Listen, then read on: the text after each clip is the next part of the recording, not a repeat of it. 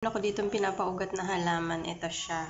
Ayan, mga more than 3 weeks na siyang nandito. Ito, 'di ba? Wala akong base. Itong bote na to, galing pa tong Denmark. Ayan, kaya meron pa siyang bottle class. May mga yan sila, class A, B, C, ganyan ganyan. Ayan, meron pa siya. Kasi kapag ganitong bote yan, nabebenta yan.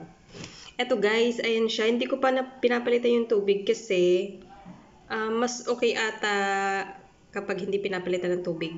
Pero hindi naman siya nilalamok kasi tinitingnan ko kung may itlog ba ng lamok ko dyan. Wala naman. Tapos tinitingnan ko, ayan, umuugat naman siya. Tingnan natin guys. Ayan, meron na siya mga ugat-ugat doon. Ito, mas magandang. Ito siya guys, tanggalin natin. Ay. Meron na siya, meron siyang, teka lang, papakita ko sa inyo ang ugat. Ito guys,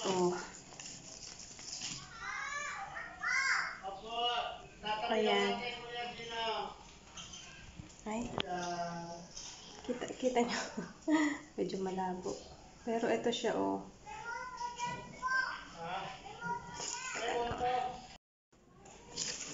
kita nyo ba? Ang hirap kasi. Ayan guys, ayan. Ayan yung mga ugat-ugat niya, nagkakaugat na siya. Ayan. Ayan ito.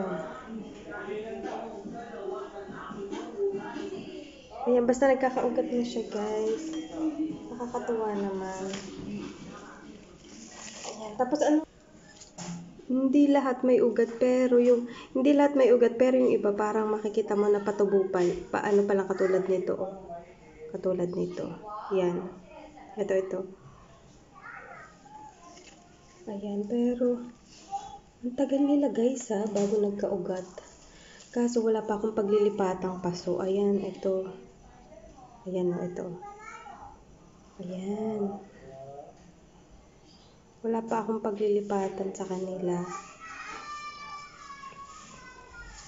Yun nga lang, kaya dito ko pa rin muna sila. Ayan. Hindi ko muna sila dyan tatanggalin hanggat wala pa akong maganda kasi paglagyan nito yung malaking vase. Ay, malaking paso. Nga pala guys, ito yung halaman na ayan.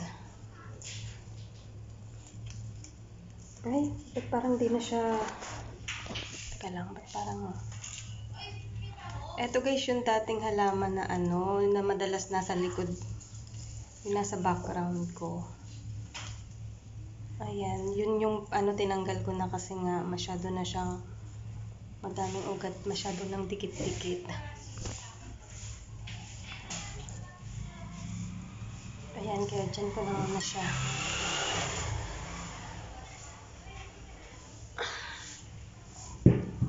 Kaya dito ko na muna siya papaugatin bago ko siya ilipat.